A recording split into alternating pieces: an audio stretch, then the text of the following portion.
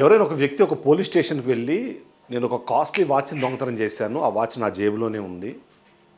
దాని మీద వెంటనే మీరు విచారణ చేయండి అని అడిగితే, ఎక్కడైనా ఏం జరుగుతుంది అంటే, వెంటనే ఆయన జేబులో ఉన్న వాచ్‌ని బయటికి తీయమని చెప్పి, ఆ బయటికి తీసే ముందు అక్కడ ఎవరన్నా ఒకరిని సాక్షిని పెట్టుకొని, ఆ సాక్షి ముందు ఆ వాచ్‌ని బయటికి తీయించి, ఆ వాచ్ వాల్యూ ఏంది? అతను ఎక్కడ దొంగతనం చేశాడు? ఎవరు చెప్పడం వల్ల దొంగతనం చేశాడు?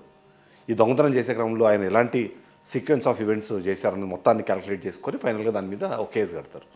కానీ ఇదే తరహా అంటే దీన్ని ఎగ్జాంపుల్‌గా చెప్తున్నాను మీకు. ఇదే తరహా ఒక ఆలోచన విధానంతో ఒక వ్యక్తి వచ్చి 10 సంవత్సరాల క్రితం వరకు ఒక 14, 15 సంవత్సరాల పాటు వందలాది మందిని నేను చనిపోయిన శవాలు నా దగ్గర తీసుకొని వస్తే వాళ్ళందరినీ నేను ఒక ప్లేస్‌లో నేను ఖననం చేశాను.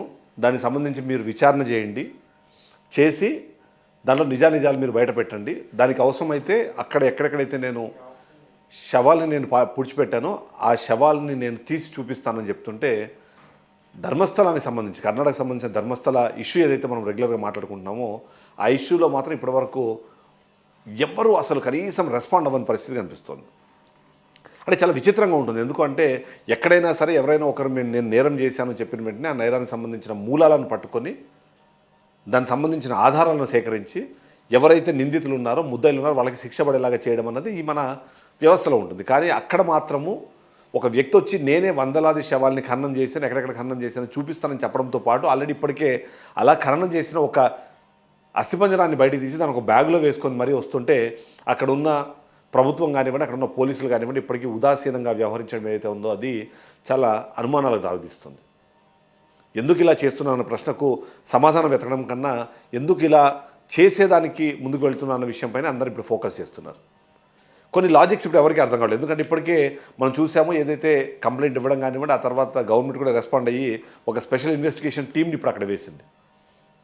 మామూలు వాళ్ళు కాదు, చాలా మంచి టీంని అక్కడ ఇప్పటికే డిప్లాయ్ చేసిన తర్వాత కూడా ఆ సిట్ టీం ఇప్పటివరకు కూడా జాబు స్టార్ట్ చేయలేదు.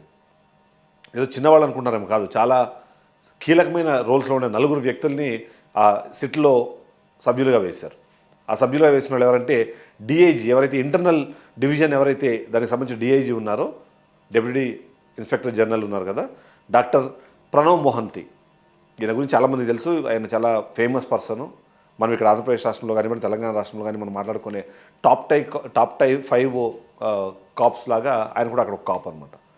డెప్యూటీ ఐజీ ఒక ఆయన ఉన్నారు, ఎంఎన్ అనుచేత్. ఆయన ఒకరిని ఆ సిట్లో భాగస్వామి చేశారు. అంతేకాకుండా గతంలో కర్ణాటక బీజేపీ ఎమ్మెల్యే ఎవరైతే మునిరత్నం సంబంధించిన ఈ మర్డర్ కేసు, అలాగే ఏదైతే రేప్ అండ్ మర్డర్ కేసు ఉందో ఆ మర్డర్ కేసుని అప్పుడు సాల్వ్ చేసిన సౌమ్యలత, డిప్యూటీ స్వీపీ ఎస్కే సౌమ్యలత కూడా ఇందులో ఒక భాగస్వామిగా ఉంటే, ఎస్పీ జితేంద్ర కుమార్ దయావన్ కూడా ఇందులో భాగస్వామిగా ఉన్నారు. ఈ 4 కలిపి ఒక సిట్ బృందాన్ని వేశారు. కానీ ఇక్కడ అనుమానం వస్తుంది ఎక్కడ అంటే, ఈ మొత్తం ఇష్యూని ఇన్వెస్టిగేట్ చేయడానికి స్టార్టింగ్లో వేసిన ఎవరైతే ఎస్హెచ్ఓ ఉన్నారో ఇన్వెస్టిగేషన్ ఆఫీసర్, ఆయన ఒక 29 ఇయర్స్ సబ్ ఇన్స్పెక్టర్ వేయడం అన్నది స్టార్టింగ్లో ఇబ్బంది పెట్టింది, కొద్దిగా విమర్శలు తావిచ్చింది. ఆ తర్వాత ఏదో ముందుకెళ్ళారు. ఇక్కడ విచిత్రమైన పరిస్థితి ఏంటంటే, ఆ విజిల్ బ్లోయర్ ఎవరైతే వచ్చారో 10 సంవత్సరాలు, ఎందుకంటే 2014లో ఆయన ధర్మస్థలాన్ని వదిలిపెట్టి పారిపోయారన్నారు. 2025లో ఇప్పుడు వచ్చి నేను వందలాది శవాల్ని ఖననం చేశానని చెప్పే క్రమంలో ఎవరైతే లాయర్ ఉన్నారో లాయరే, అంటే ఇతను తరఫున వాదిస్తున్న లాయరే చెప్తున్నారు అతను సక్సెస్ అయ్యే అవకాశం చాలా తక్కువ ఉంది. కానీ ఎందుకో పోలీసులు దీని మీద రెస్పాండ్ అవ్వట్లేదు. రెస్పాండ్ అవ్వకపోవడం చూస్తుంటే, ఎందుకంటే ఎవరి మీద అయితే ఆరోపణలు వచ్చాయో వాళ్ళు చిన్న వ్యక్తులుగా, ధర్మస్థలానికి సంబంధించిన ట్రస్ట్ ఏదైతే ఉందో దానికి సంబంధించిన కీలకమైన వ్యక్తుల మీద ఇప్పుడు ఆరోపణలు వస్తున్న నేపథ్యంలో అక్కడ నిజంగా నేరం జరిగిందా లేదా అని అనుమానం ఉన్న వాళ్ళకు కూడా ఎస్ అక్కడ నేరం జరిగిందేమో అనే ఒక అనుమానం వచ్చేలాగా వీళ్ళు వ్యవహరిస్తుంది. ఎందుకంటే ఒక వ్యక్తి వచ్చి నేను చచ్చిపోయిన వాళ్ళని తీసుకెళ్ళి అక్కడ నేను బరియలు చేశాను నేను చెప్పిన తర్వాత కూడా రెస్పాండ్ అవ్వకపోవడం చూస్తుంటే, ఎందుకు నిజంగానే అతను ఏవైనా గుర్తుపడితే, అక్కడ ఏవైనా అస్థిపంజరాలు బయటపడితే మనం మాట్లాడుకున్న ఆ సోకాల్డ్ పెద్ద మనుషులు ఏమైనా ఇక్కడ ఇరుక్కుంటారనే భయంతో వీళ్ళు చేయట్లేదా ఏమనేది అర్థం కావట్లేదు. అంతేకాకుండా ఈ ఇన్వెస్టిగేషను లేకపోతే ఇది మొత్తం నడుస్తున్న తీరంతా కూడా చాలా అనుమానాలు తావిస్తుంది. ఎందుకంటే నేను చెప్పినట్టుగా ఎవరైతే అడ్వకేట్ ఉన్నారో అడ్వకేటే చాలా క్లియర్గా చెప్తున్నారు. మనకి ఎవరైతే విజిల్ బ్లోయర్ ఉన్నారో ఆయన చెప్పిన దాని ప్రకారము అంటే ఆడపిల్ల శవాన్ని ఒకవేళ పూడ్చిపెట్టాలనుకున్నా 2 feet విడ్త్, ఒక 5 feet 6 feet హైట్ ఉన్న వాళ్ళని తీసుకెళ్ళి పూడ్చిపెట్టి ఉంటారు. వందలాది మందిని ఒకవేళ చేసినా సరే అతను ఎగ్జాక్ట్ ప్లేస్ని ఐడెంటిఫై చేయకపోతే అక్కడ అస్థిపంజరం దొరకదు. అంటే దొరికే ఛాన్సెస్ అనేది ఆల్రెడీ అక్కడే 50% అయిపోయింది. అంతేకాకుండా 11 సంవత్సరాల ముందు ఆయన అక్కడ బెరైల్ చేసి అన్నాడు. 11 సంవత్సరాల తర్వాత ఇప్పుడు ఆయన అక్కడికి వెళ్ళి ఎగ్జాక్ట్లీ ప్లేస్ని గుర్తుపట్టడము. ఎందుకంటే 10 ఏళ్లలో చాలా మార్పులు వచ్చుంటాయి మనందరికీ తెలుసు.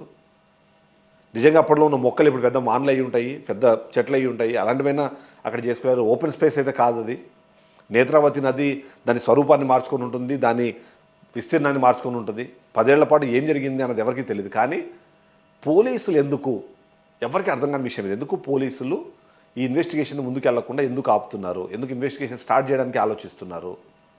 ఇప్పటిదాకా జరిగిన పరిణామాలన్నీ అయితే నిజంగానే అతను ఐడెంటిఫై చేయాలి, చేసిన ప్లేస్లో తవ్విన తర్వాత అక్కడ అస్థిపంజరాలు బయటపడాలి. నేను చెప్పినట్టుగా 2 feet by 5 feet 6 feet ఉన్నదాన్ని ఒక అడుగు అటు ఇటుగా అయినా సరే ఒకవేళ తవ్వినా సరే అక్కడ ఏం దొరకదు. ఎందుకంటే అదేం ఏనుగో లేకపోతే పెద్ద జంతువో కాదు, చిన్న మనిషి. అది మహిళలు, స్కూల్ వెళ్ళే పిల్లలు అని చెప్తున్నారు కాబట్టి 5 అడుగుల కన్నా ఎక్కువ ఉండే అవకాశం ఉండదు. అలాంటి వాళ్ళని బరేలు చేసిన ప్రాంతంలో ఒక 5-6 ప్లేసెస్లో వెతికిన తర్వాత ఒకవేళ దొరకకపోతే అతని మీద కూడా చర్యలు తీసుకునే అవకాశం ఉంది. మోరో లేదని అతను కూడా చెప్తున్నాడు. తప్పుడు కేసులు పెడితే నా మీద ఎలాంటి చర్యలు ఉంటాయో నాకు తెలుసు, అయినా సరే నేను చెప్తున్నాను. నేను చెప్పడానికి కారణం ఏదో చట్టానికి భయపడో లేకపోతే న్యాయానికి బెదిరో కాదు. నేను ఓన్లీ నా మనస్సాక్షికి సమాధానం చెప్పుకోలేక 11 ఏళ్ల నుంచి నేను ఈ గిల్ట్ని మోయలేక ఇవాళ నేను బయటకు వచ్చి చెప్తున్నానని చెప్పి అంటున్నాడు. ఆయన అడిగిన విట్నెస్ ప్రొటెక్షన్కి సంబంధించిన చర్యలు వాళ్ళు తీసుకోవట్లేదు. అతను నేను చూపిస్తాను అంటే ఏ పోలీసు కదలట్లేదు. ఏంటి ఇంత పెద్ద సీక్వెన్స్ వెనకాల అంత పెద్దవాళ్ళు ఉన్నారు కాబట్టే ఇది ముందుకు వెళ్ళట్లేదా? సౌజన్య కేసులో కూడా మనం చూసాం. సౌజన్య కేసులో కూడా 4 వ్యక్తులు ఒక సంతోష్ అనే వాడిని తీసుకొచ్చేసి ఇచ్చేస్తే వాడిని తీసుకొని వాడి మీదనే కేసెస్ అన్ని ఫ్రేమ్ చేసి ఆ 4 మనుషులు ఎవరు, ఆ 4 మనుషులు ఇప్పుడు ఎక్కడ ఉన్నారు, వాళ్ళకి ఈ కేసుకి ఏమైనా సంబంధం ఉందో అలాంటి ఇన్వెస్టిగేషన్ ఆ వైపు జరగకుండానే మొత్తం కేసును క్లోజ్ చేసిన వాళ్ళు ఇప్పుడు ఇతను వచ్చి ఒకవేళ తీస్తే ఆ వచ్చే అస్థిపంజరాలు ఎవరివి, వాడికి DNA టెస్టులు, మళ్ళీ అదంత పెద్ద ఫినామినా ఉంటుంది. అతను ఒకవేళ తప్పుగా చెప్పాడు అంటే ఇంత పెద్ద కేసు హిస్టరీనే మారిపోతుంది. అలాంటి నేపథ్యంలో ఎందుకు పోలీసులు వ్యవహరిస్తున్న విషయం పైన ప్రతి ఒక్కరికి డౌట్స్ ఉన్నాయి. దానికి సమాధానం చెప్పాల్సిన బాధ్యత కూడా ఖచ్చితంగా పోలీసులకే ఉంటుంది. Thank you.